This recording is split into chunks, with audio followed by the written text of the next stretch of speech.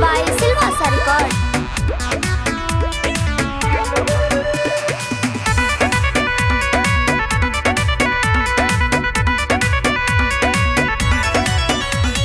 कोइले तेजस्वी खाली हाला रे पड़ल है इंडिया से पाला रे।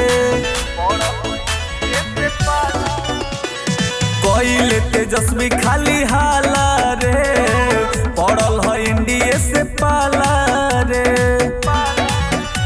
बिहारियन में भागवत फिट हो गई जोड़ी मोदी या नीतीश जी के हिट हो गई। जोड़ी मोदी या नीतीश जी के हिट हो गई। जवन बोलरस विरोधी साला हित हो गई।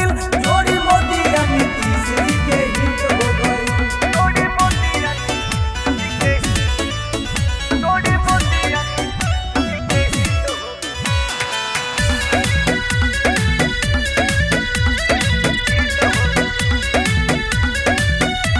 तेजस्वी जी सबके भागावत रहे सीएम हम ही बनबई बतावत रहे।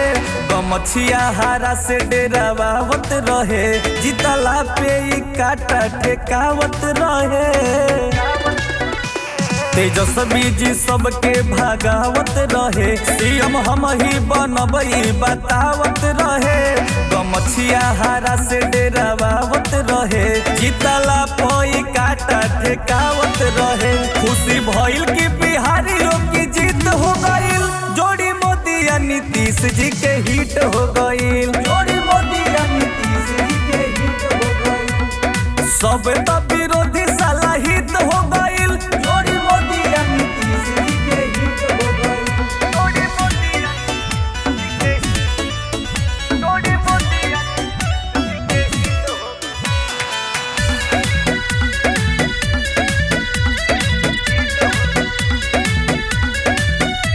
खेसारी तो सबके भाड़ा कहवत रहे। राम मंदिर पर सवाल उठावत रहे। जीतला से तो पहले ही कैलस घमंड आरे जेडी के तो झंडा लहरावत रहे। खेसारी तो सबके भाड़ा कहवत रहे। राम मंदिर पर सवाल उठावत रहे। जीतला से तो पहले ही कैलस घमंड आरे जेडी के ये झंडा लहरावत रहे। फेरू से बीजेपी एक सीट हो गई। जोड़ी मोदी या नीतीश जी के हिट हो गई। जोड़ी मोदी या नीतीश जी के हिट हो गई। सब तो